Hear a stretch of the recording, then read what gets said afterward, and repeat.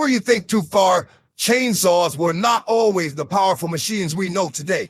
In fact, their original purpose was far from cutting down trees.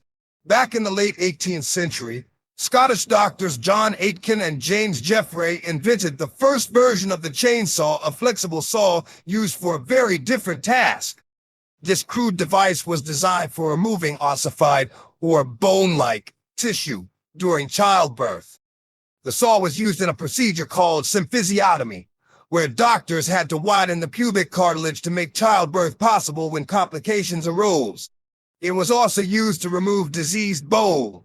But with medical advancements in equipment, techniques, and hygiene, we've come a long way.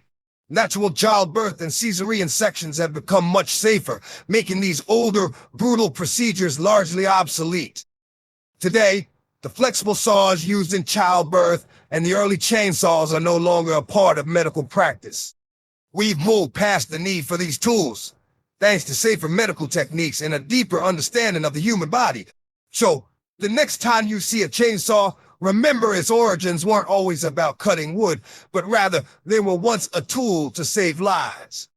Thanks for watching. Don't forget to like, subscribe, and hit the notification bell for more surprising facts about history and technology.